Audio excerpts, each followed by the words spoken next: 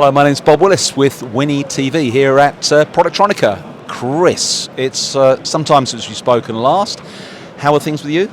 Things have been excellent. We've had another amazing show. Very pleased with the way things are going, and we're moving things forward comfortably. And we had a conversation earlier that you'd actually got some inquiries about robotic soldering profiling and monitoring a process.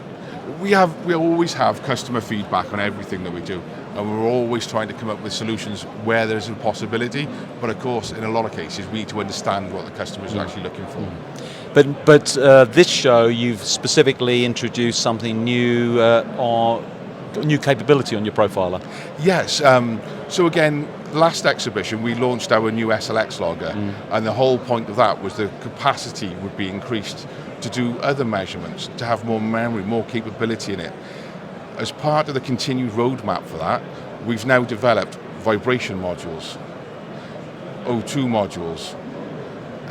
We have vacuum sensors, all able to capture the entire profile at full heat in one pass in 5 minutes.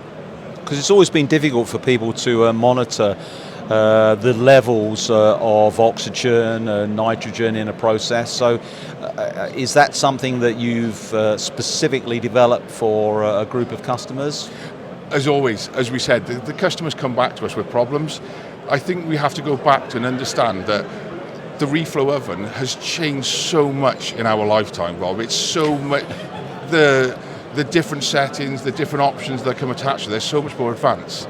To use a traditional method of just using thermocouples to measure the temperature, you're leaving too many variations in the process. And obviously you mentioned that we are an older generation, remember the days of IR, but that brings into question, obviously with convection, it's pretty well understood, but vapor phase, do you get a lot of customers still asking you about vapor phase? Always. Vapor phase is still an ongoing product. We also have the barrier to cover the vapor phase solutions that actually goes within the machine itself with a Teflon coated to try and save on the Geldon. For that one, we always recommend the wireless option because once the box is closed, you're relying on a live feed to tell you what's happening within the equipment. Do you find that you've been very successful with that because perhaps some of your competitors have perhaps not been able to seal the unit as quite as well?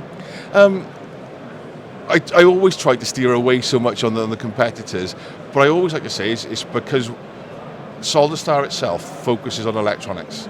We're not interested in baking ovens, in steel kilns.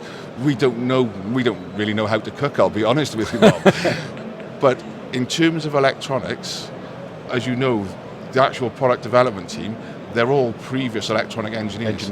They know the process, and all we're doing is creating equipment for the electronics engineers. Well, it's nice because obviously your customers are coming along asking questions and your team can say, okay, perhaps we haven't thought about that, perhaps there's an opportunity.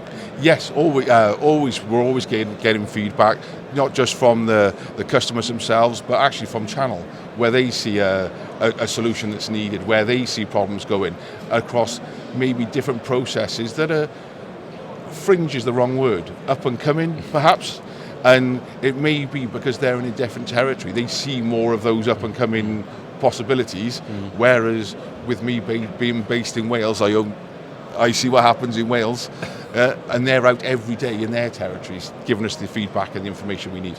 Okay, thank you very much, Chris, for coming along this afternoon and talking us to Winnie on TV. Hopefully the rest of the show will continue to be successful. It's certainly been very busy today. It's been absolutely awesome. It's a pleasure to be with you, Bob. Thank you.